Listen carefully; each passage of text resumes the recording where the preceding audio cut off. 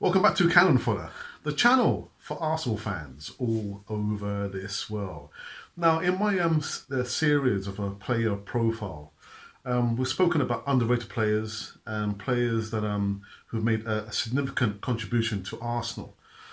This player really is an unsung hero, where you find players who score goals, critical and crucial goals, that people may forget about. But in the history books, it leaves a mark on a victory, maybe a downfall or defeat. But however, this player scored a crucial goal, which ended up having Arsenal winning the double. Yes, I'm talking about Andy Linighan, the player who actually came from Hartlepool. Andy Linighan was born actually in Hartlepool in a footballing family, as his brothers David and Brian were also professional footballers. In March 1988, a 25-year-old Linighan finally arrived on the first division scene when Oldham sold him to Norwich City for £350,000, a tall, imposing centre-back. Linighan became notably for his calm performances in defence for Norwich, who finished fourth in the league and reached the FA Cup semi-finals in his first full season with them. He was then signed by George Graham for Arsenal in a £1.2 million deal in July 1990.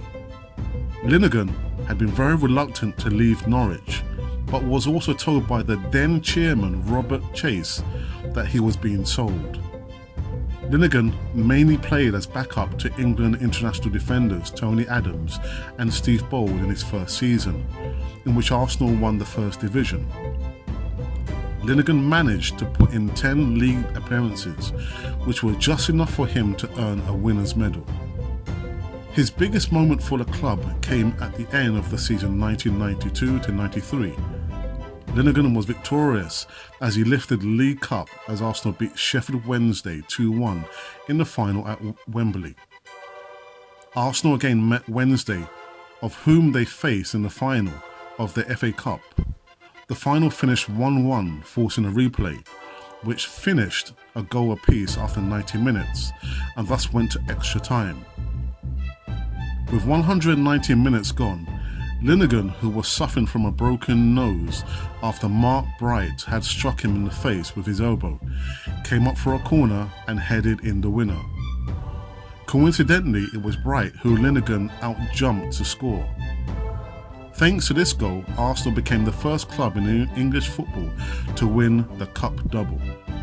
His former club, Norwich, qualified for the UEFA Cup as a result of his FA Cup final winning goal, as it meant the European place for the League Cup winner went to the team who had finished third in the Premier League instead. By then, Linighan's place in the Arsenal side was further in doubt, as Martin Keown was no longer cup-tied after signing for the club earlier that year. Despite this, he stayed on at the club as fourth-choice centre-back. A highlight in his later years at Arsenal was scoring a late equaliser in a 2-2 draw away at Aston Villa in September 1996. So after more than 6 years at Highbury, he was sold to Division 1 promotion chasers Crystal Palace for £110,000 in January 1996. He helped Palace as they won promotion to the Premiership that year as playoff winners. Yeah, so Andy Linighan, for me, unsung hero, where, the header that he scored there, actually went a long way for Arsenal, to win their double there. And so there you have it.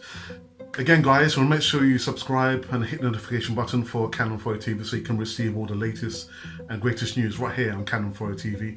If you want me to feature one of your favourite players, leave a comment in the box below and I'll do the best that I can to do the best I can for the player. Anyhow, I will see you on the next video. This has been Cannon Fodder TV with no breaking news.